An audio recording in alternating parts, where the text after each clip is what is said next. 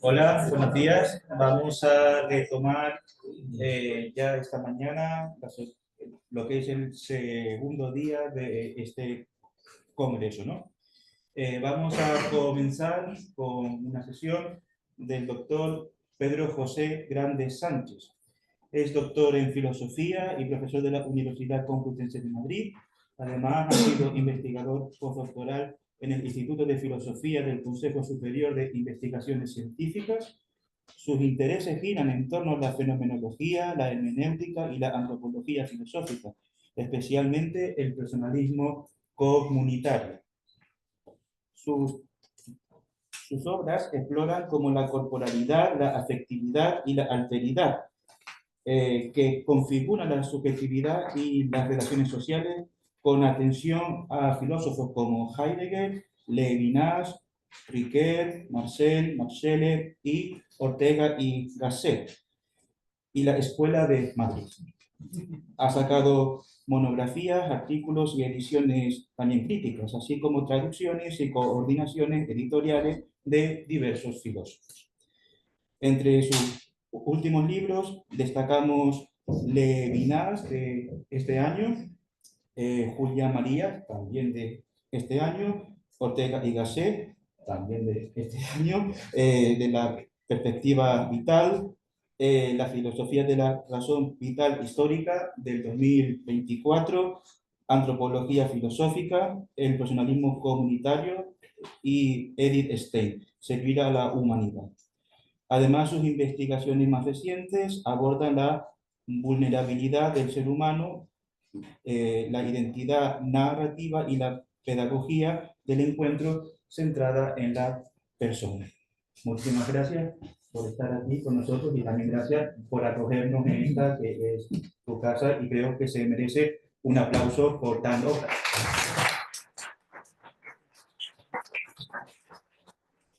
Bien, lo que va a ser la sesión va a ser persona, carácter y comunidad, claves de la filosofía de Unión. Adelante, doctor. Bueno, muchísimas gracias. Gracias a Rosa. Eres un muy buen amigo. Y bueno, esta es mi casa. Es también la casa de todos ustedes. ¿Se oye? No se oye nada. A ver. Ahora sí, ahora sí. Bueno, estaba dando las gracias a todos los asistentes. Y pues para mí es un placer, ¿no? Estar aquí entre amigos, entre personas. Estaba hablando antes con Arrocha diciendo que, bueno, que somos aún poco personas por estas horas después del día de ayer, que fue muy segundo, pero terminamos muy tarde. Y bueno, pues yo realmente en esta conferencia con ese título pues quizá un poco pomposo, muy raro, yo de lo que voy a hablarles es de esta cosa, ¿se acuerdan? Lo que llamábamos a esto libros, ¿no? Hace tiempo que los teníamos, comprábamos, leemos. Este libro en concreto es el segundo tomo de las obras completas de Munier, que por otro lado están agotadas. Y en este libro, además, pues Munier nos habla de una cuestión que creo que es muy importante, que es el carácter. El carácter. Es el tratado del carácter. Y es de lo que quiero hablarles en este tiempo. Claro, caracteres leer este libro. Creo que es un acto muy revolucionario hoy, porque la gente pues, ya no lee. Sube fotos, por ejemplo, en las redes sociales de lo fuerte que se pone en el gimnasio, o de diferentes cuestiones, pero yo creo que sería quizá muy interesante subir fotos de lecturas de libros, que llenásemos todas las redes sociales de libros. Eso sería ya un gesto, ¿no? Un acto, de carácter revolucionario. Carácter también es no solo leerlo, sino sobre todo escribirlo. ¿Han visto el volumen de este libro? Con más de 700 páginas. Más de 700 páginas. Y claro, si pensamos además en la situación en la que escribió esto, Munier, aún nos damos cuenta todavía, nos damos aún más cuenta del valor que tiene. Es decir, esto lo empieza a escribir, él empieza a esbozarlo a finales de 1941, Carmen Herrando, en un trabajo que tiene sobre la biografía de Munier, se da cuenta de esto, advierte muy bien esta cuestión en una carta al teólogo de Lubac que dice: el rostro del hombre que se esfuerza por vivir en lo eterno. Ya estaba ahí Munier pensando en este libro. Y al poco será detenido, será encarcelado. Y empieza a escribir este trabajo ya ahí.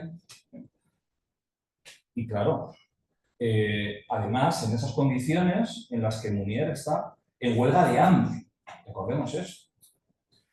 Cuando a veces uno, ¿verdad?, que no comía a la hora que tiene que comer, como un presidente, ¿verdad?, que tenemos, son las 5 de la tarde y aún no he comido, no me hagan preguntas.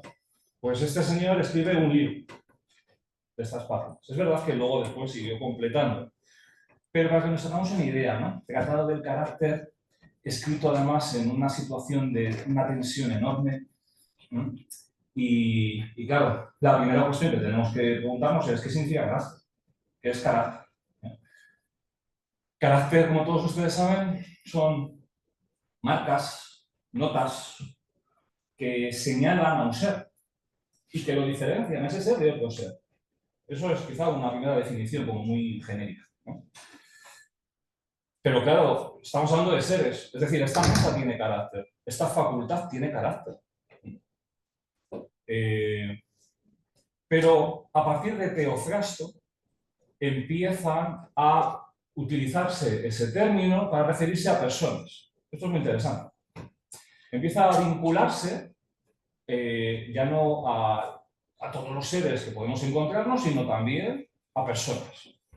Entonces, claro, cuando vemos los rostros que tenemos aquí, en esta sala, personas ilustres, de filósofos, maestros que nos han antecedido en esta facultad, vemos que cada uno de ellos porta una serie de rasgos, un carácter, ¿no?, en esa mirada, y esto es muy personalista.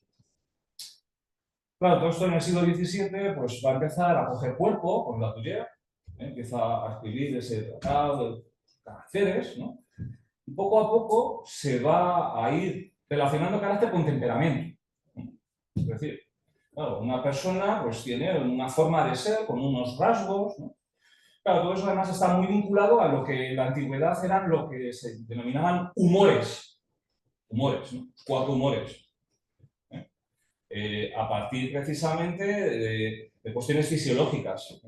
Personas sanguíneas, personas flemáticas, personas biliosas, y luego a través de un cuarto humor que es la gravilis, ¿no? Entonces aparece ahí lo que es la melancolía, personas melancólicas.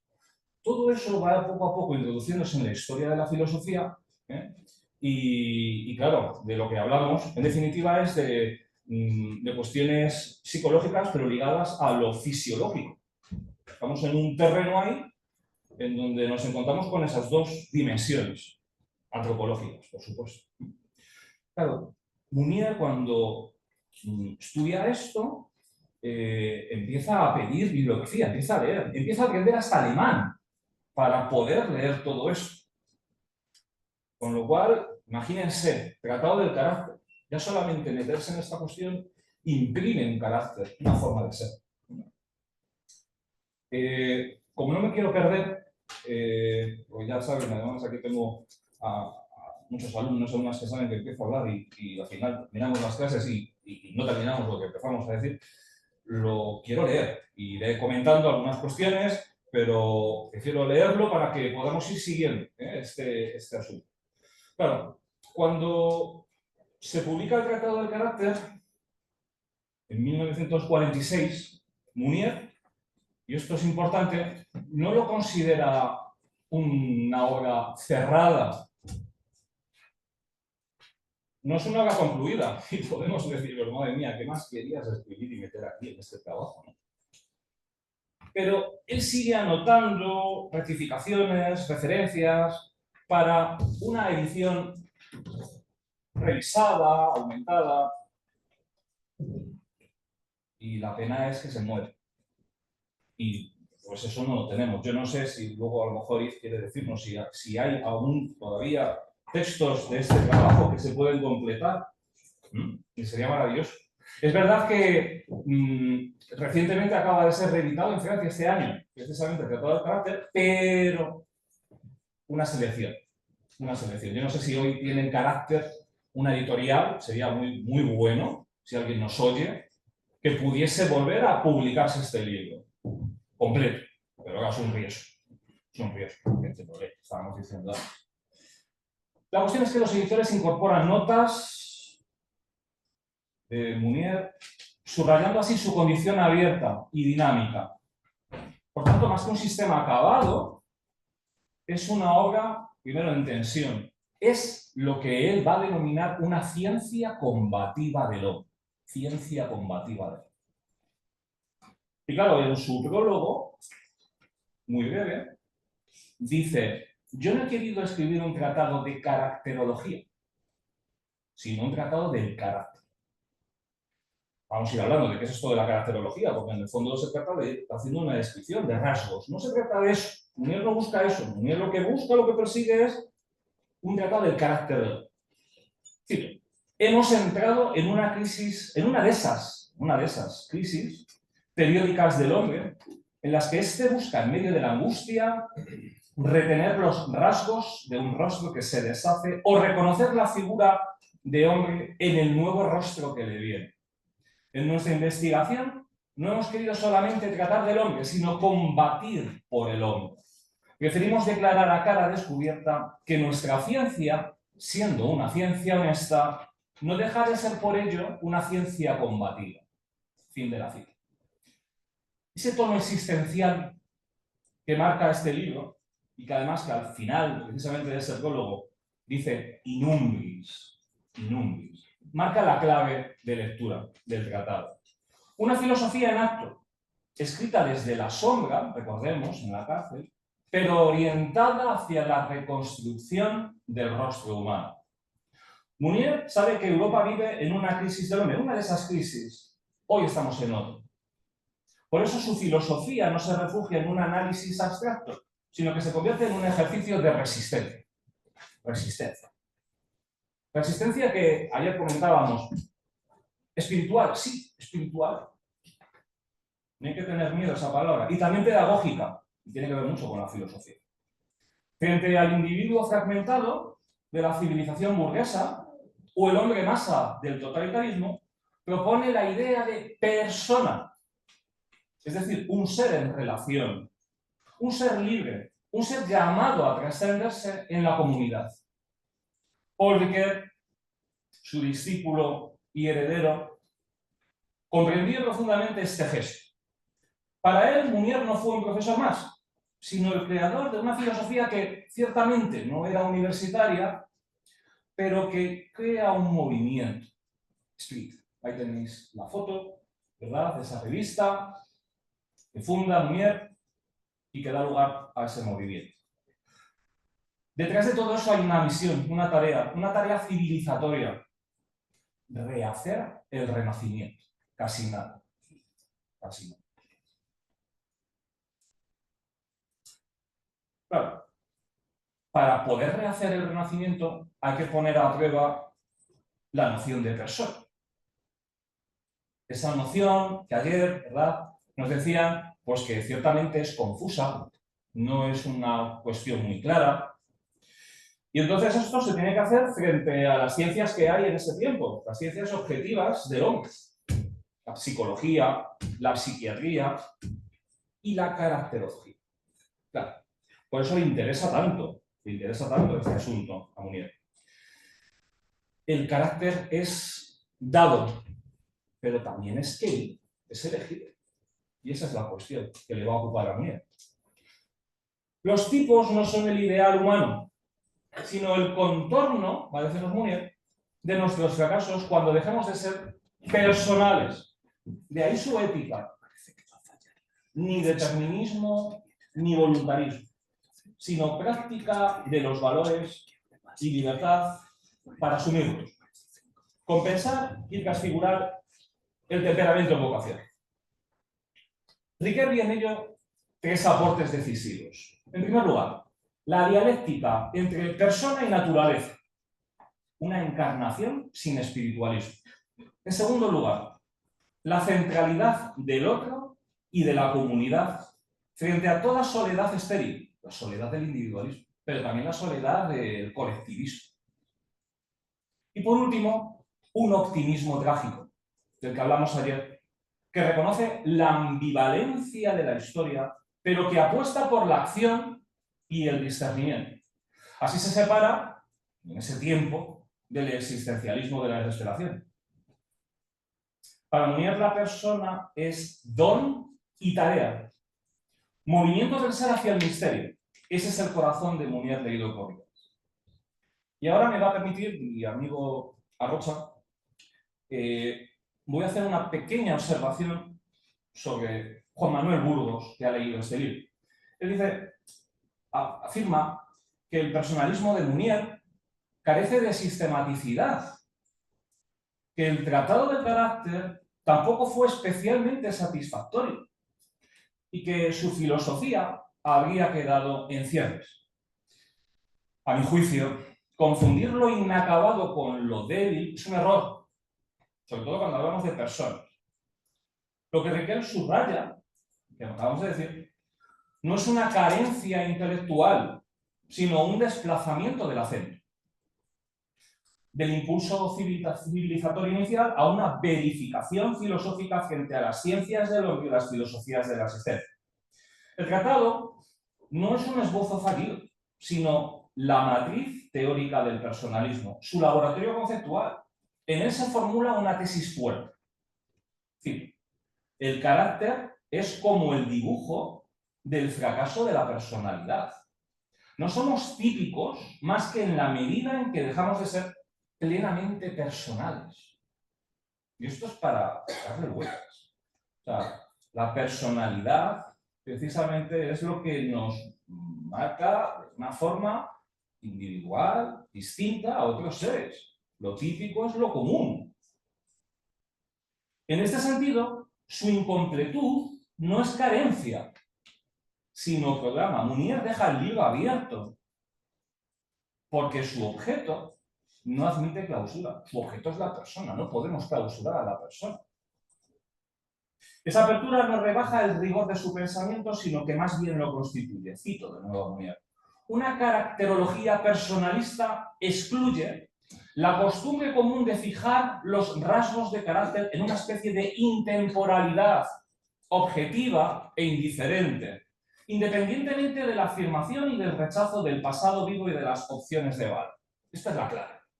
La persona no es un objeto, la persona se está haciendo. Por eso no podemos objetivarlo, no podemos decir así es la persona, porque se está construyendo en esa comunidad, a lo largo de la historia.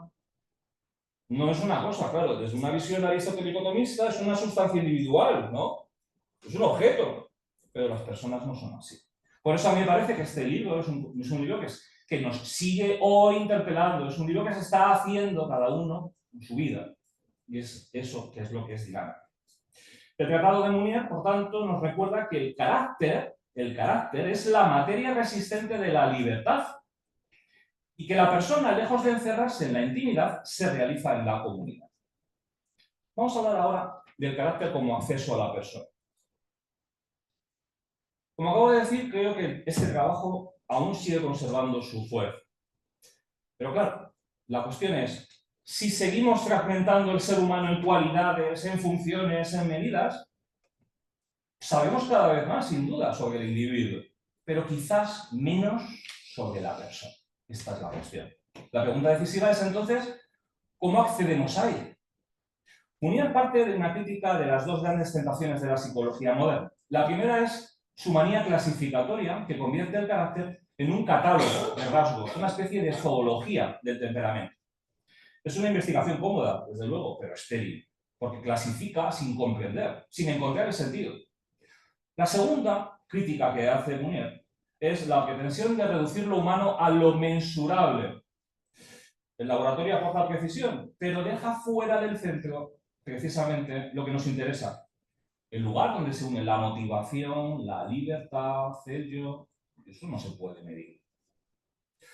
Para Munier ambas derivas, la del fragmento y la del número producen aún una paradoja que quizá es más interesante. Es decir, nos hacen saber más de las sombras del hombre que de su rostro.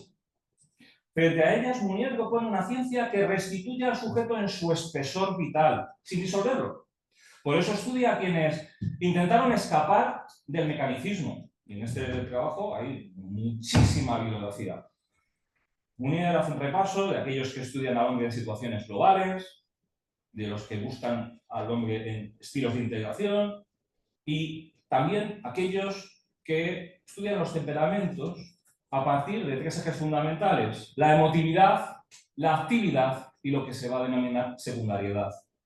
Es decir, la combinación de esos elementos será lo que después dará lugar a los 8 tipos de carácter establecidos por René Desert, que es precisamente, podemos decir casi, el padre de la caracterología moderna. Ya saben todos ustedes que esos caracteres son apasionado, colérico, sentimental, nervioso, flemático, sanguíneo, apático y amorfo. René Desert se basó en los estudios experimentales realizados anteriormente por Heymans y Biersma. Sin embargo, se distancia de las concepciones más comunes de su tiempo al definir el carácter como la estructura innata o heredera del individuo, es decir, como el conjunto de rasgos con los que una persona nace. Desde esta perspectiva, su noción de carácter guarda una estrecha relación con lo que tradicionalmente se conoce como temperamento, entendido como la base biológica y estable del comportamiento humano. Para Lassalle, el término carácter se refiere exclusivamente al conjunto de disposiciones congénitas que determinan la manera de ser de cada persona. En cambio, el concepto de personalidad abarca un ámbito más amplio, ya que incluye tanto el carácter heredado como todos los elementos que el individuo adquiere mediante la experiencia, la educación y la interacción con su entorno a lo largo de su vida. Munier aprende de esta tipología, pero no se somete a ella. Cada sistema es útil si nos recuerda que el carácter es forma y tensión, no un rompecabezas de piezas sueltas. Cito: es la forma de un movimiento dirigido hacia un futuro y consagrado a un ser más. A un ser más. Es lo que puedo ser, más que lo que soy, mis disponibilidades, más que mis saberes, las esperanzas que dejo abiertas, más que las realizaciones que he depositado. Y esto es personalista. Y citando a Paul Valéry, afirma: lo que es más verdadero de un individuo, tomen nota, y lo más él mismo, es su posible, y lo subraya, su posible, que es puesto de manifiesto por su historia, y termina diciendo solo parcialmente, solo parcialmente. Por eso concluye Munier diciendo: conocer un carácter es conocer y amar sus promesas. De los amores, se le diría. Y amar sus promesas. No encerrarlo en sus aristas. Por eso este conocimiento no está nunca agotado. No está nunca agotado. Estando como está arrastrado hacia esa profundidad que se ahonda sin cesar ante nuestras capturas. Fin de la cita. Por eso la persona no se puede explicar. No se puede explicar. La persona se acoge, la persona se mira, la persona se abraza. Y esto es lo personalista. Munier advierte también contra el peligro de mirar la vida sana con ojos patológicos, de conquistar la normalidad por medio de la clínica. Ahora que hay series, ¿verdad?, en Netflix de monstruos, de asesinos en masa y que todo el mundo ve. Dice, desde luego, ¿esto es útil? Sí, claro. Vinculamos el temperamento y la psicosis, descubrimos la historia del inconsciente, pero si aplicamos esa mirada a toda la existencia, a todos los existentes, estamos deformando el dibujo de lo que es la persona. La normalidad, para Munier, no es la ausencia de enfermedad, sino el espacio, y esto es lo importante, donde la libertad se arriesga y toma forma. Javier Rocha hablaba de Víctor Frankl, ¿verdad? En esos campos de concentración, precisamente, relacionándolo con el dossier. La libertad. En el campo de concentración uno puede ser el cerdo, ¿verdad? Lo comentamos en las clases de antropología, el cerdo del que habla Víctor Frankl, o el santo. Y eso, las condiciones sí, pero depende de mi libertad. La persona, por tanto, desborda cualquier nosografía, es decir, descripción y clasificación de enfermedades. Ningún manual, ninguna estadística puede contener a la persona. La ciencia que quiera comprender al ser humano debe aprender a moverse en esa frontera entre la exactitud y la humanidad, empleando instrumentos proporcionales a su objeto. Estructura, función, pero sobre todo, y esta es la clave, historia vivida y relación con el otro.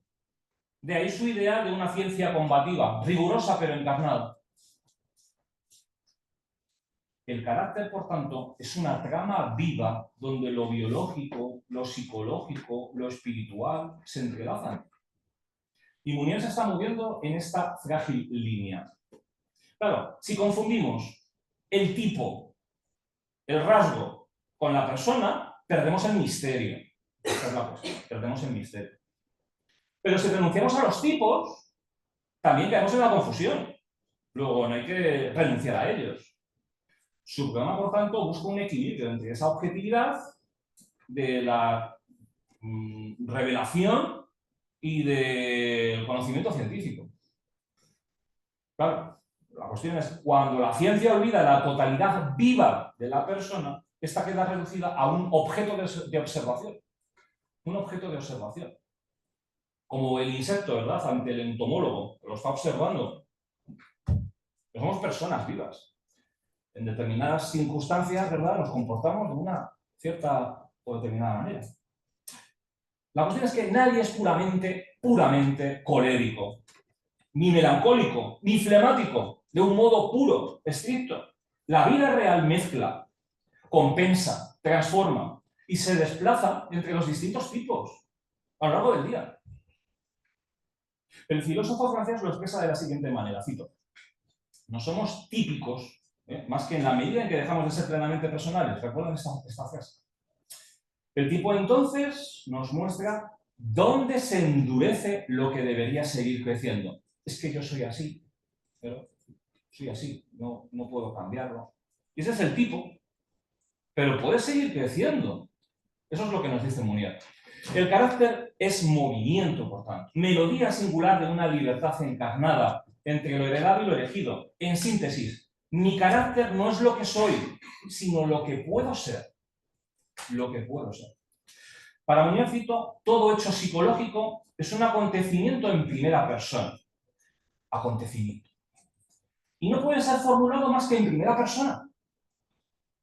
Es inseparable de una historia, de una afirmación, de una significación y de una valorización personal de la cita. Por tanto, comprender a alguien no es analizarlo desde fuera, sino es coparticipar en su existencia. Coparticipar en su existencia, en sus problemas, en sus alegrías, en sus dolores. Solo la persona comprende a la persona. No hay más misterio. Ya es un misterio, ¿verdad? En sí es. Comprender a la persona, lo comprende la persona, no una estadística. Munier asume, por tanto, lo más profundo del psicoanálisis, se llama a esto la psicología de las profundidades. Pero lo que hace es purificarlo del fatalismo. No basta el ello de Freud, ni tampoco el reflejo de Pavlov. Lo que importa es esa interioridad marcada por la tensión de la existencia, que es orientada hacia un sentido. Por eso el carácter en su raíz es siempre vocación. Cada uno de nosotros llevamos en nuestra materia, que no hemos elegido precisamente esa dimensión. Pero la forma depende de nuestra libertad para moldearla. Por eso digo que el carácter, así entendido, es, si me permiten la expresión, arcilla existencial. Arcilla existencial. La moldeamos nosotros. Luego, esto no es una ciencia de resultados, sino algo que está abierto al misterio. Y de ahí la gran intuición personalista. El carácter es el rostro visible de la libertad.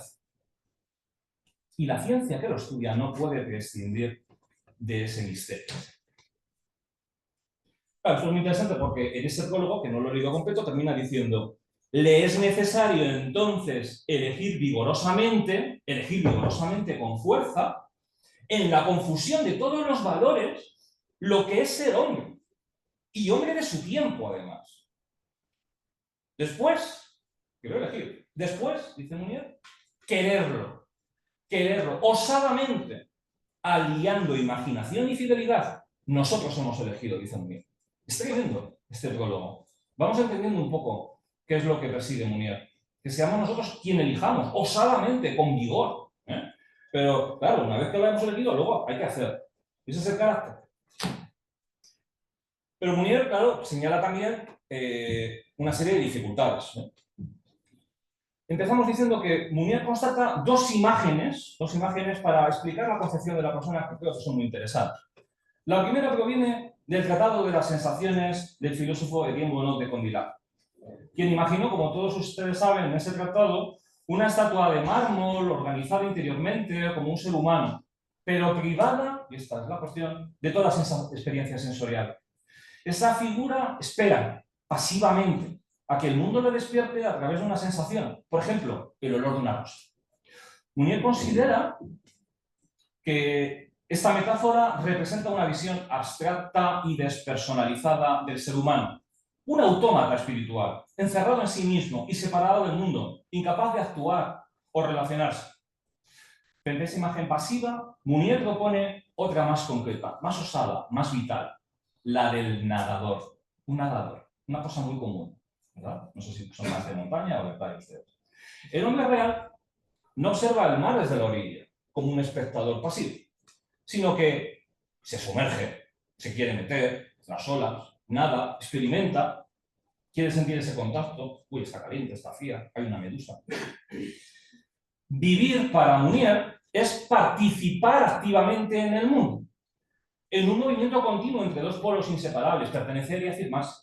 Si solo busco afirmarme, me convierto en un individuo aislado, sin vínculos, sin raíces, pero si renuncio a mi afirmación personal, me diluyo en el entorno y pierdo mi libertad. La persona auténtica no elige entre ambos extremos. El entorno no se piensa primero y luego se vive. Se vive y se asume simultáneamente en una interacción constante. Y aquí está Ortega y Gasset, ¿verdad?, que nos puede decir eso de yo soy yo y mi circunstancia. Y si no la salvo ella, no me salvo yo. Y esto es la intuición también que tiene efectivamente el personalismo. Es que estoy en el medio viviendo. Luego, ahora ya empezamos un poco a ir entendiendo bien esto de los caracteres, ¿no? Claro, es que la tipología nos pueden decir, somos flemáticos, somos tal, pero pues, en cada situación hay un contexto donde se desarrolla esa persona, ¿no? Y aquí surgen dos preguntas fundamentales que guían nuestra reflexión. ¿Qué fuerzas modelan hoy nuestro carácter? Eso es lo que deberíamos preguntarnos. ¿Qué es lo que está modelando hoy nuestro carácter? Y sobre todo, ¿cómo aprendemos a nadar en ellas, en esos caracteres, en esa sociedad, sin dejarnos arrastrar? El primer entorno ambiente en el que existimos es sin duda el cuerpo. Un tema antropológico por excelencia. Ya también se comentaba que este tema, ¿verdad?, pues es algo moderno y es algo que está ligado al personalismo. Y entonces, claro, la cuestión es, no somos espíritus flotantes, habitamos una carne, habitamos una carne que nos sostiene, que nos antecede, que nos pone en relación con el mundo. El cuerpo es el medio vital, la puerta por la que el mundo entra en nosotros y el instrumento con el que salimos a su encuentro. Encuentro. El encuentro. Un abrazo. Ayer le di un abrazo a don Manuel. Me dio mucha alegría escucharle, verle. Puede compararse esto con un diapasón. Cuando un tono, la respiración, la postura, el ritmo, se desafinan, la vida interior pierde su armonía. En cambio, cuando se afina, la inteligencia, el afecto, la inteligencia y el afecto, claro, esto es precisamente, claro, la razón cálida de la que nos habla Carlos Díaz. Ese cuerpo y esa inteligencia se afinan, encuentran su compás natural. Por eso Munier insiste en la pedagogía, porque también se tiene que educar el tono corporal. No se trata de magia, es aprendizaje consciente del propio cuerpo. Y cito lo que dice: se le enseñará al bisonante extrovertido a respirar larga y regularmente, a comer y tragar con calma, a andar frecuentemente sin tirones, a hablar con la voz reposada y afumada, a curar, si es preciso, el tartamudeo y el farfulleo, a cantar para darle seguridad al sistema vocal, a reprimir las muecas, la afección, los gestos y las actitudes preciosistas, a desarrollar la naturalidad en el paso, la expresión franca, sin contención y sin exceso de sentimientos. Fin de la cita. Pero lo mismo vale también para el disonante introvertido. Se aprende a sentir el peso de sus pies en el suelo, a soltar el aire antes de hablar, puede recuperar una voz que a lo mejor él tenía perdida. Luego, la clave, como en todo, es la educación. La educación, en este caso, del cuerpo, como camino hacia la comprensión de lo que es la persona. Nadie se cultiva en soledad y para que haya educación necesitamos maestros. Y ayer Agustín nos hablaba precisamente también de esto. De, bueno, si uno entra en el personalismo es porque has tenido un maestro que te ha hablado del personalismo y esto es como una cadena. El entorno social no determina de manera absoluta, pero nos envuelve, nos provoca desde el comienzo. La familia, el barrio, los oficios, las instituciones conforman una atmósfera vital donde la persona aprende a existir. No obstante, advierte Munier, cito, la vocación es transpsicológica. Debe comenzar por aceptar los dones recibidos, pero también puede luchar contra ellos. ¿Para qué? Para romper su esclavización. Aunque el marco de la especie y el de nuestra personalidad contengan la mayor parte de nuestros desarrollos entre dos límites, superior e inferior, nosotros siempre desconocemos más o menos nuestro coeficiente personal de elasticidad. Elasticidad. No, es que yo soy muy tímido, no es que... Eso se educa en un contexto, con unos maestros, en la comunidad, con el otro. Claro, ¿qué va a haber? Es la elasticidad de lo que Munier nos está hablando de la persona. Existe además un ambiente espiritual que da horizonte y sentido, convicciones, símbolos, promesas, memoria compartida, en medio del dolor, sí, en medio de la tragedia, en medio del olvido. La historia abre horizontes, pero también hace daño. Esa es la tonalidad del optimismo trágico del que nos habla, ¿verdad? Munier, y que Riquet señala que se encuentra en todas las reflexiones munierianas que versan sobre el destino y la vocación de la humanidad. Y queda finalmente esa tarea que Munier formula en términos de educación integral, de la que ya nos habló también Agustín. Cito, una educación completa debe formar al mismo tiempo y en la misma operación hombres de fe y hombres de lucidez, hombres de fidelidad y hombres de independencia, hombres leales y hombres en pie. Entre las innumerables variantes del sentido de la palabra carácter, existe una que designa el coraje de aquel que, llevando en sí una verdad madura por el esfuerzo total de su vida, se haya listo para defenderla, solo contra todos si es preciso. Nunca abundaron estos héroes del carácter, porque las convicciones son livianas y desfallecientes en los corazones, pero su estirpe es la de aquellos 10 justos que en los peores momentos de abandono bastan para salvar una comunidad. Fin de la cita. A partir de esto podemos proponer una definición del carácter, la valentía de sostener una verdad vivida, fruto de la unión entre cuerpo, mundo y espíritu, y que es capaz de salvar por su autenticidad a toda una comunidad. Y creo que me estoy alargando un poco más de la cuenta. 20 minutos más. Yo no sé si, bueno, les estoy aburriendo, pero vamos a ver si completamos esta cuestión. Si hubiera que señalar el punto más delicado de la arquitectura humana, ese lugar donde la vida toca el espíritu, precisamente habría que empezar, por la emotividad. Así como la célula vive porque es excitable, el espíritu vive porque puede ser afectado. No es una debilidad, sino una apertura de sentido. Las emociones a veces nos pueden derrumbar, en las crisis, en el pánico, en el llanto, pero también es cierto que pueden elevarnos las emociones, en el entusiasmo, en el amor, en la oración. Toda emoción marca una frontera que puede precipitarnos hacia el abismo o elevarnos al cielo. En las personas más sensibles, esta frontera se vuelve porosa. Cada estímulo deja huellas largas, como si el alma conservara la memoria de sus heridas. Munier habla de una, fíjense, anafilaxia psíquica, es decir, una especie de reacción alérgica del alma que se puede explicar de la siguiente manera: más golpes, más hipersensibilidad. Pero de esa misma materia nacen el arte, la compasión, la mística, es decir, el encuentro con el otro. El niño que tiembla ante un ruido puede, si aprende a conducir su temblor, arrancar un día una sinfonía a ese estremecimiento. La fisiología lo confirma. Una emoción es una descarga total del organismo. El alma pasa por el cuerpo y el cuerpo devuelve su mensaje al espíritu. Somos seres que vivamos de arriba a abajo. El problema no es sentir, sino qué hacer con lo sentir. Esta es la clave. Por eso, Munier no propone amputar las emociones, sino darles ritmo. Suprimir el temblor sería tanto como matar la música. El arte, el trabajo, la acción, todas esas dimensiones, si están bien hechas, cada uno a su manera, pueden llevarnos a entender que esto es una tecnología del estremecimiento, del que Munier va a hablar, y así les entra la curiosidad si quieren saber más y leen este libro. Es decir, transforman la explosión en forma. Sin embargo, el filósofo advierte que nuestra civilización alimenta una peligrosa dependencia emocional. Cito. Sobre todo con el tiempo, cuando no llega a liquidar exteriormente sus emociones, se convierte en presa de una verdadera necesidad de emoción, especie de toxicomanía semejante a tantas otras. Unos van a satisfacerla al gran guiñol o a los combates de boxeo, otros persiguen como Poe lo macabro o lo horrible, la perversidad como Baudelaire, el escándalo como Dada y la tristeza enamorada de sí misma como Lelian. Así como al niño le gusta darse miedo, al adulto le gusta producirse escalofríos, a veces incluso en una dramatización de la severidad moral. Fin de la cita. Por tanto, la cura no es el silencio absoluto, sino la medida, convertir el sobresalto en pulso.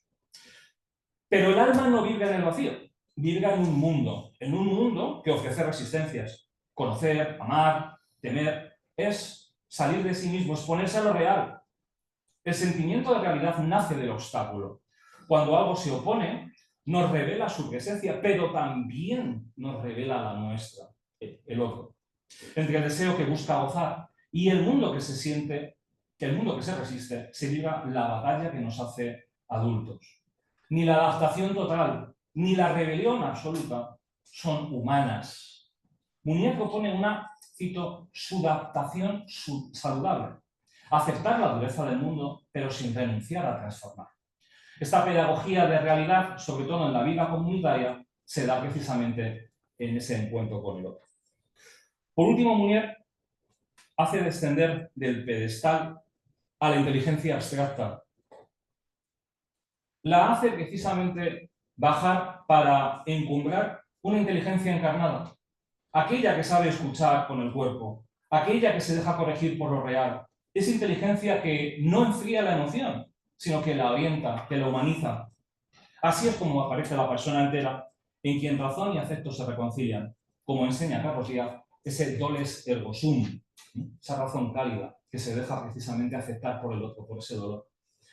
En definitiva, la persona para Munier no es una idea, sino que es un ser en acción, en relación y en diálogo.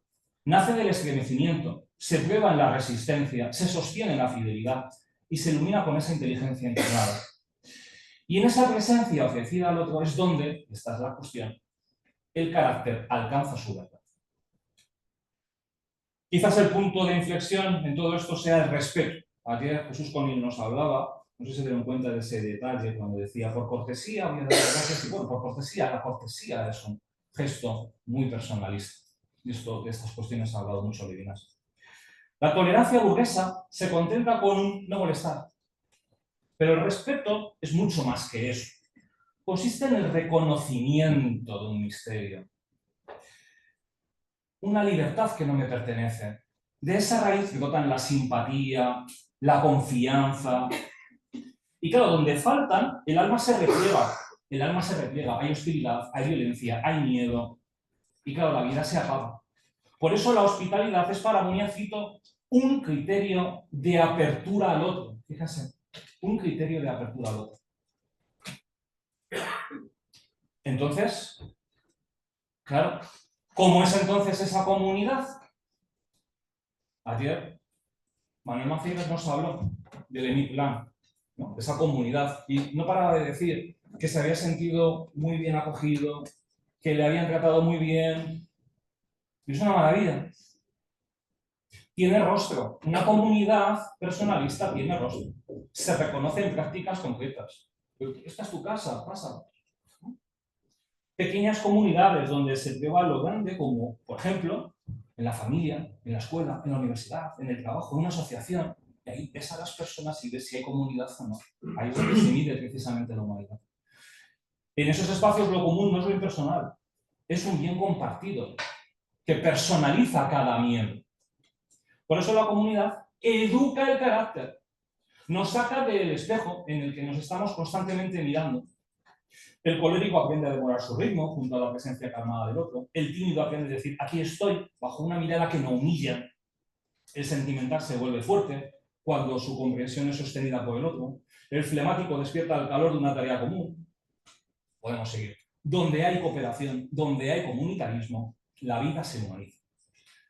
Visto el mapa completo, voy terminando ya, se impone por tanto un trípode central: persona, carácter y comunidad. La persona necesita el carácter para encarnarse. El carácter necesita la comunidad para no encerrarse. Y la comunidad necesita personas para no disolverse en la masa. Por eso el carácter es el instrumento vivo con el que aprendemos a decir nosotros sin perder el yo. Hasta aquí el legado de Munier. Pero la cuestión no es solo lo que dijo, sino lo que puede decirnos hoy. Vivimos entre nuevas formas de vértigo, hiperconexión sin encuentro, trabajos que vacían el alma, soledades rodeadas de ruido, inteligencia artificial que nos imita. En este mundo fatigado, Munier nos recordaría que la tarea que tenemos por delante no es resistir con nostalgia, sino mantener una fidelidad creativa. ¿Fidelidad a qué? Fidelidad al núcleo esencial, es decir, a la persona, a la libertad situada, a la comunidad viva.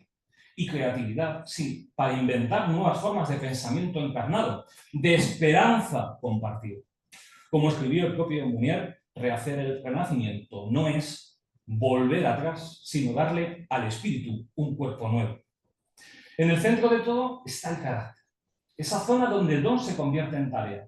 Cada uno recibe un cuerpo, una historia, un temperamento, pero ser persona es capaz de hacerse cargo de lo recibido. Ni refugiarse en el yo soy así, ni pretender inventarse desde cero. La verdadera libertad consiste en responder por lo que se es y transformar lo heredado en vocación. En ello se juega, según Munier, la madurez de la persona. Por eso el personalismo es ante todo una pedagogía de la esperanza. Nos enseña que el ser humano puede rehacerse cada día, que la salvación no es solitaria, sino comunitaria. La persona se realiza en relación, en esa frágil alianza luminosa donde el yo y el tú se descubren como promesa mutua. Ese es el combate por el ser humano que Munier nos confía. Y quizás, en medio de la noche de la historia, su palabra siga recordándonos lo verdaderamente esencial. Cito: no se puede definir a la persona sin un futuro, y un futuro sin una valorización, una finalidad querida. Muchas gracias.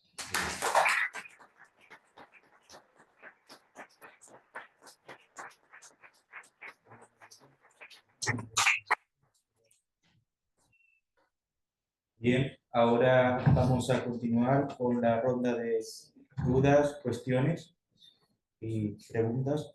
Ante todo, también le digo, estás disculpado. Estás disculpado. Para eso somos personalistas y somos comunidad. Empezamos con los que estamos en la sala y si hay alguno por Zoom, pues ya continuamos, ¿vale? Para todos los asistentes que pueden hacer sus cuestiones también.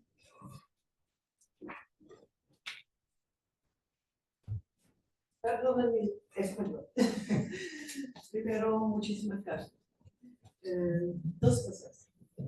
La primera es un gran placer de ver rostros jóvenes. Se habla mucho de la libertad, pero quería solo añadir que el tratado del carácter y el personalismo es el arte de hacerse libre. La segunda cosa es, yo veo solo un punto que puede provocar que los lectores del tratado de carácter y también el resto del mundo piensan que es una teoría débil. es que en el Tratado del Carácter, Un poquito más alto para que puedan ver. dice de este centro del hombre el misterio personal. Y puede decir algo sobre este punto. Sí.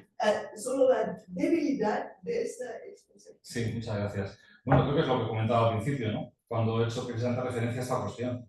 Esto ahí también se habló, este asunto, ¿no? Claro que desde la ciencia es una cuestión débil. Porque la ciencia lo que persigue precisamente es cuantificar las cosas, medirlo. Y eso es de lo que precisamente el personalismo trata de huir. Entonces, eso va a ser, a mi juicio, un diálogo que no se va a llegar a resolver, porque la persona es un misterio. No podemos resolverlo en un libro. En mis clases de antropología filosófica les digo a mis alumnos, es que esto no está en ningún libro. O sea, por eso esta ciencia es una ciencia problemática. Claro. Ahora, ¿cómo hacer esta ciencia problemática? Ciencia del combate. Eso es lo que Munier persigue en su antropología filosófica. Pero si esperamos encontrar en este tratado de carácter o en cualquier manual de antropología la clave, la solución, la respuesta para entender quién es el hombre, quién es el ser humano, quién es ese antropos, pues es que nos hemos equivocado. De facultad. Eso es lo primero. Pero segundo, vamos a fracasar porque no vamos a llegar a completar, no vamos a llegar a esa meta que esperamos, ¿no? Es que no vamos a saber. Sí, sabemos muchas cosas, decíamos, ¿no? De fragmentos, de cómo está hecho el hombre fisiológicamente. Claro que sí. Pero es que eso que es la libertad, es que eso es un misterio. Eso la ciencia nunca va a poder explicarlo. La ciencia puede hablarnos del determinismo, pero de la libertad. Y ese es el gran misterio. Entonces, ¿qué es lo que hacemos con nuestra vida? ¿Claro? Esa es la cuestión, eso es lo que verdaderamente es esencial. Y ese es el mensaje del personalismo. ¿Qué es lo que hacemos? Ahora, es lo que nos toca. Vamos a elegir. Si queremos ser cerdos, como les dije, ¿no? Víctor Frankl, que termina hablando de esto, ser cerdos en un campo de concentración o ser santos, o ayudar a las personas. Esta es la cuestión, ¿no? Lucio, por favor, con voz alta, ¿vale? Para que... Quiero saber si Munier reconoce su deuda intelectual hacia Heine. Sí, ¿cuál es la opinión de los estudiosos de psicología hoy en día sobre el nivel científico de esta obra? Muchas gracias, Nuncio. Si te soy sincero, no lo sé. No he seguido los estudios de los científicos y psicólogos con respecto a la valoración de este tratado. Y yo creo que, si te soy sincero, tampoco me importa mucho. Porque a mí cualquier libro de filosofía lo que me hace es, me provoca. O sea, yo no busco un respaldo científico para leer o para que ese trabajo, ¿verdad?, me pueda a mí ayudar a conocer el mundo. Porque, insisto, desde la filosofía, que no desde la ciencia, evidentemente, seguimos otro camino. Entonces, que para mí un científico o un psicólogo me tenga que decir esto tiene visos de ser un libro académico, canónico, científico, es que Munier no quería, yo le dije al principio, no quería clausurar esto, porque quería seguir haciendo. O sea, este libro, más de 700 páginas, podrían seguir escribiéndose otras 700 páginas cada año sobre quién es el hombre. Claro. Entonces, yo creo que el programa que presenta Munier no es un programa, claro, que se quiera acoplar a una disciplina científica. Sin embargo, como buen filósofo, va también a contrastar esas fuentes, va a conocer, va a ampliar, y quiere dialogar con esa ciencia. Algo que quizá los científicos no hacen con estos estudios, pero él quiere saber en ese tiempo lo que se está haciendo. Gracias. ¿Y qué? Sí, Pedro. Bueno, me ha gustado mucho tu ponencia, enhorabuena. Me parece muy interesante, bueno, yo me he acordado mucho de Gabriel Marcel mientras hablabas, ¿no? Porque cuando te acercabas a la idea del misterio ontológico, ¿no? Y la idea de persona. Yo creo que esto es, el tratado del carácter, hoy en día, en los próximos años, cobra un interés y cabe mayor, porque la inteligencia artificial va a implicar unos debates éticos y filosóficos que nos van a poner enfrente a cuál es nuestro concepto de persona y cuál es el concepto propio de la dignidad humana. Yo soy profesor de filosofía del derecho y, claro, nuestro ordenamiento jurídico se basa en la idea de la dignidad humana. Si no sabemos contestar cuál es el contenido de la dignidad humana que se deriva de un concepto de persona, y esto, que también has descrito en relación al Tratado de Carácter de Mounier, creo que esto es una cuestión central para los años que vienen, que tiene una importancia transversal en todos los órdenes de conocimiento, porque ya digo, los riesgos de la inteligencia artificial en relación a esto son muy, muy sensibles. Muchas gracias, Iker. Bueno, de estas cuestiones hay mucho Agustín de Morataria que habla sobre estos temas de la inteligencia artificial, ¿no? En sus investigaciones y de estos desafíos que tenemos, ¿no? En nuestro mundo. Y es que, claro, efectivamente, yo también veo esto como algo muy importante, por eso Mounier insistía tanto en la pedagogía, por eso insistía tanto en educar, ¿no? ¿Para qué? Pues para que no seamos autómatas. Ese ejemplo que utiliza de Conguilar es que es la prueba, ¿no? Por excelencia de este asunto, ¿no? Es que esa estatua de mármol que no tiene sensaciones, que no tiene experiencia sensorial, esa inteligencia artificial no tiene sensaciones. Y claro, esa es la cuestión, ¿no? Que al final el ser humano, las personas, buscan en la inteligencia artificial la respuesta precisamente a quién es él o ella, quién es el hombre. Pregunta a la máquina, que esto es algo peligrosísimo para comprender al hombre, ¿no? Que muchos adolescentes, muchas personas lo estamos viendo cada día, que en lugar de a un psicólogo, en lugar de a un médico, pregunta a ChatGPT, que es su amigo invisible, podemos decirlo así, ¿no? Que le da respuestas. Y esto es un peligro.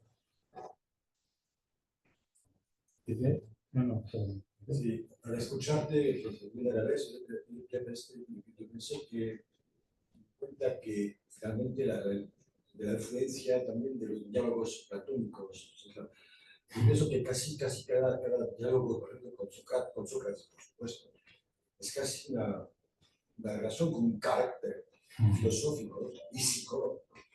No sé qué piensas de esta definición. Muchas gracias, sí. Ya que estás hablando de esto, me estoy acordando de tu magistral conferencia de ayer, ¿no? De esa genealogía que hiciste que viene desde Sócrates hasta Séneca, ¿no? Claro, es que todos los diálogos de Platón, como sabemos, son notas a pie de... O sea, toda la filosofía que se ha hecho son notas a pie de página de esos diálogos. Y claro, la cuestión es que, en el fondo, claro, cuando yo les digo a mis alumnos y alumnas en clase de antropología que esto de la comunidad, que el diálogo precisamente es esencial, decimos, es que estos ejemplos se encuentran desde el principio, desde el nacimiento de la filosofía, ¿no? En esos diálogos, en esa comunidad de filósofos, Sócrates y sus discípulos ahí, ¿no? Claro, son caracteres cada uno, ¿no? Platón, Plutón, todos ahí, ¿no? Picles. Entonces se van a ir distinguiendo esas personas, ¿no? La antropología de Platón ahí uno puede aprender muchísimo. Los diálogos siempre tienen esa bendición.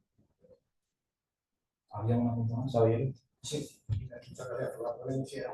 Has comentado la imagen de la estatua como referida a la inteligencia artificial, pero yo veo que tiene también otras implicaciones en cuanto al sentido de persona que se plantea, que plantea Mounier, la persona en la acción, la persona en diálogo, en relación, la persona que se hace, que se está haciendo. ¿Qué es lo que pasa cuando el ser humano ya no puede hacerse? Estoy pensando en el enfermo en coma terminal. Desde la filosofía de Mounier ya no sería persona.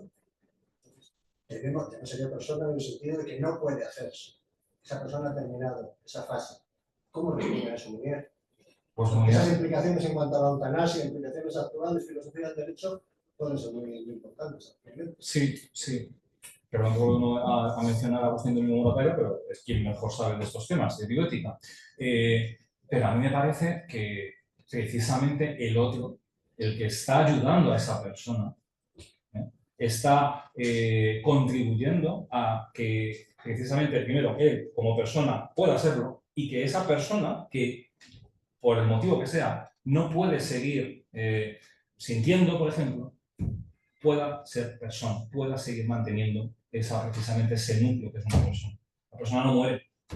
Esa persona, aunque esté enferma, aunque esté en coma, sigue siendo persona. ¿No puede hacerse? Bueno, no puede hacerse. Tú puedes ayudar a que esa persona pueda seguir siendo persona.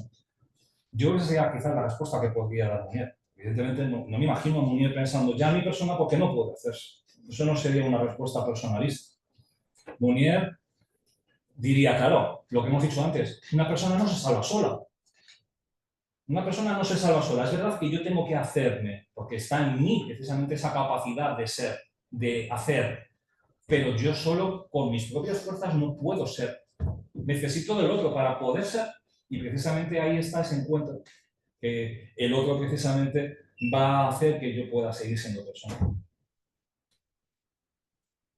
Yo no sé si hay alguna, Agustín. Doctor, cuando quiera. Yo quería preguntarte dos cosas. Bueno, agradecerte la intervención. Yo esperaba que cuando hablas de el carácter, que pusieras en relación también con la lectura que hace Aranguren en su época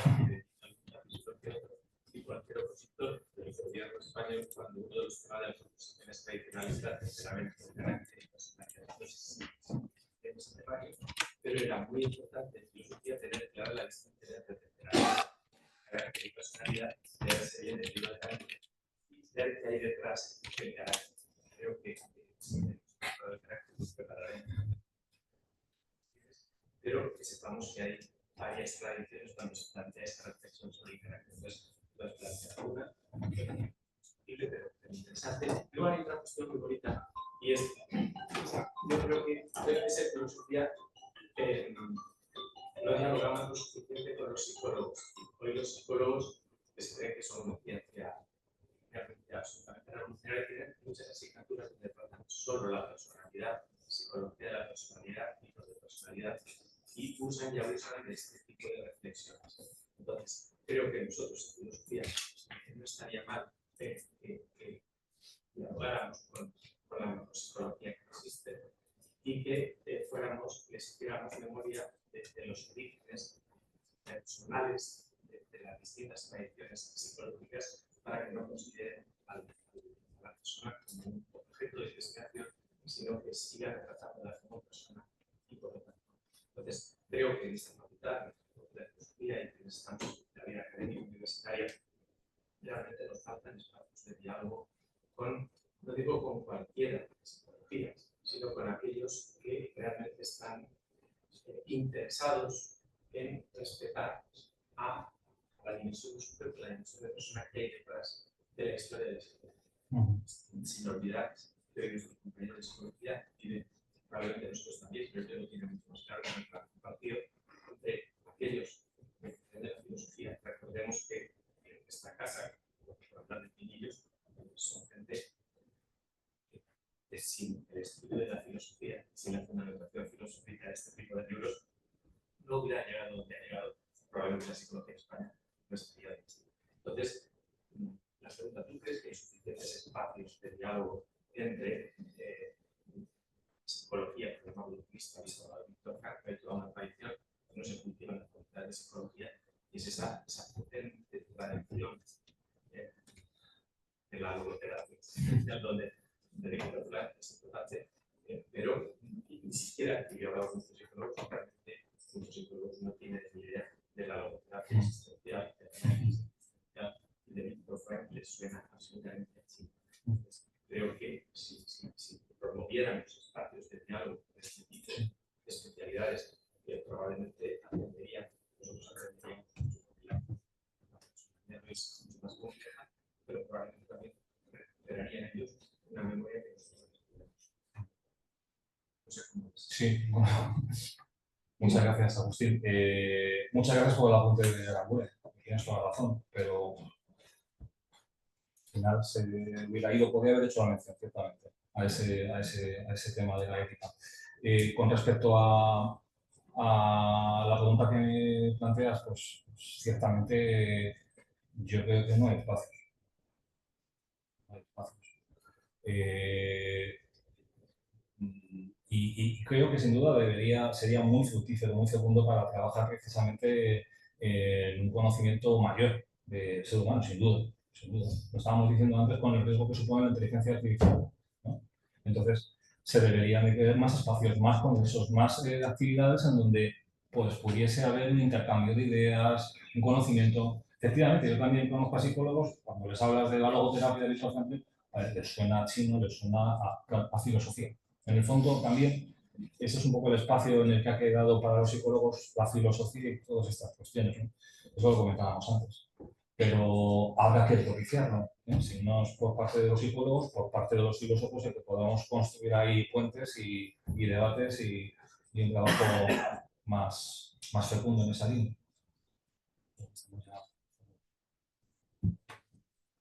Bueno, a los del Zoom, si hay alguna que quiera hacer alguna cuestión.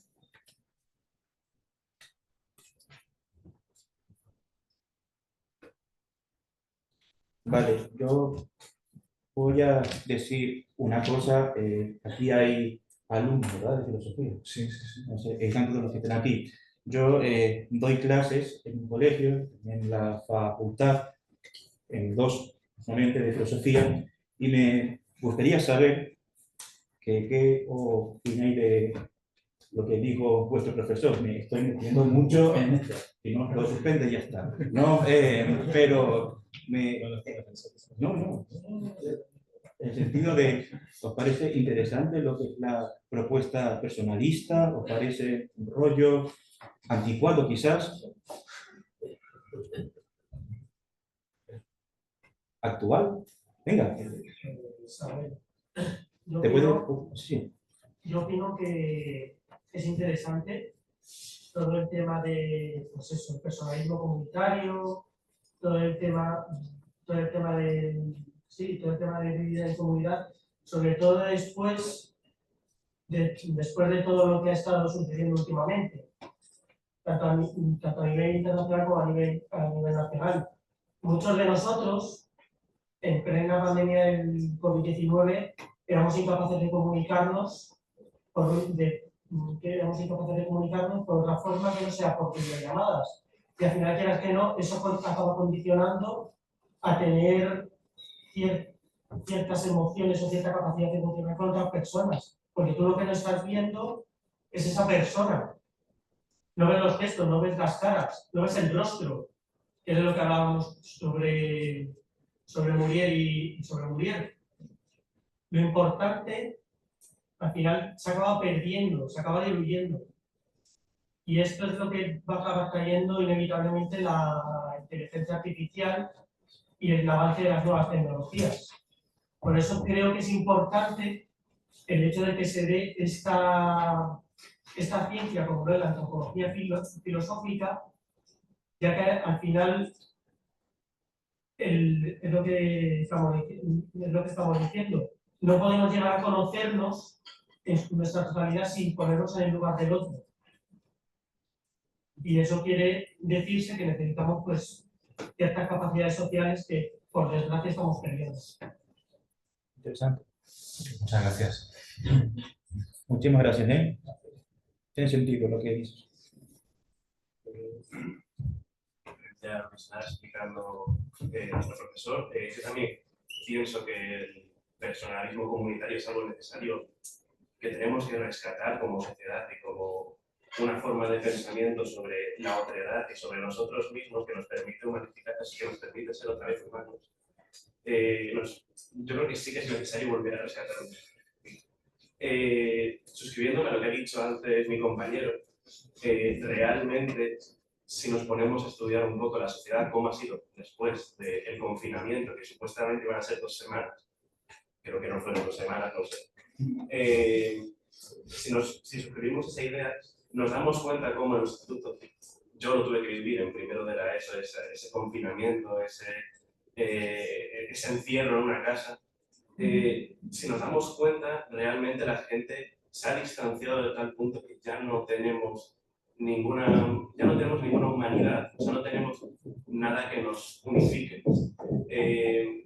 Yo acabé bachillerato, yo acabé bachillerato el año pasado y me di cuenta que realmente la gente iba tan a su bola que no éramos nadie, no podíamos tener ningún tipo de comunidad, no pensábamos de ninguna forma, simplemente tragábamos lo que podíamos, lo que no podíamos lo metíamos a ChatGPT, que era nuestra amigo imaginario, como dice, y a partir de ahí hacíamos nuestra persona en relación a nosotros mismos, no en relación a otros, lo que hace que nos deshumanifiquemos y que como tal ya no seamos. Entonces yo creo que sí que es necesario rescatar otra vez el personalismo comunitario.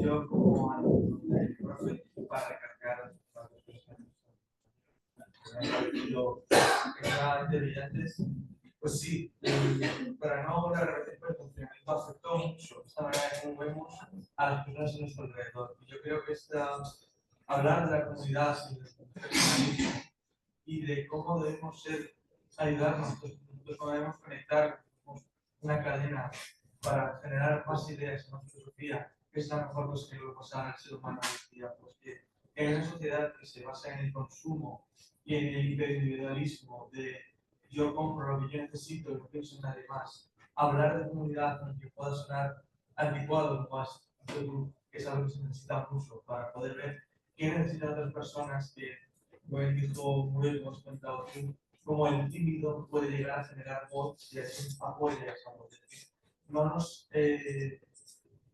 No nos pongamos en islas solitarias nosotros solos, que construyamos puentes para generar así una gran comunidad.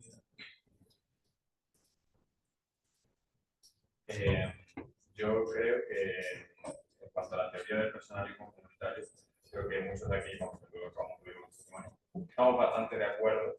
Lo único que yo creo sí que hay que tomarse un poco de realidad y llevarlo realmente a la práctica, porque hablamos de personalismo comunitario en un espacio educativo donde los propios profesores tienen hecho en conciencia, pero realmente no hay una comunidad en la que ciencia y filosofía echen de la mano. O sea, hablamos aquí de personalismo comunitario, pero aquí realmente no se está llevando a cabo. A mí me parece importante no solo llevarlo a la teoría y reafirmar y suscribir lo que ha dicho el profesor, sino realmente poner rienda y llevar a cabo lo que estamos de acuerdo y lo que tenemos en teoría. Entonces, simplemente eso, que realmente yo creo que habría que ir más allá y llevarlo a la práctica, realmente, no hablar tanto y teorizar. Pues muchísimas gracias. Yo no dejo de hablar en clases precisamente de esto, de que creéis comunidades, de que creemos entre todos, entre nosotros, comunidad. Esto lo sabéis. Y esto es lo que hacer. Y eso es el personalismo comunitario. No es teoría. Es precisamente práctica, es acción. Es acción. Pero la acción, claro, pues, pasa porque uno se comprometa. Bueno, yo creo que estamos ya como muy fuera de tiempo.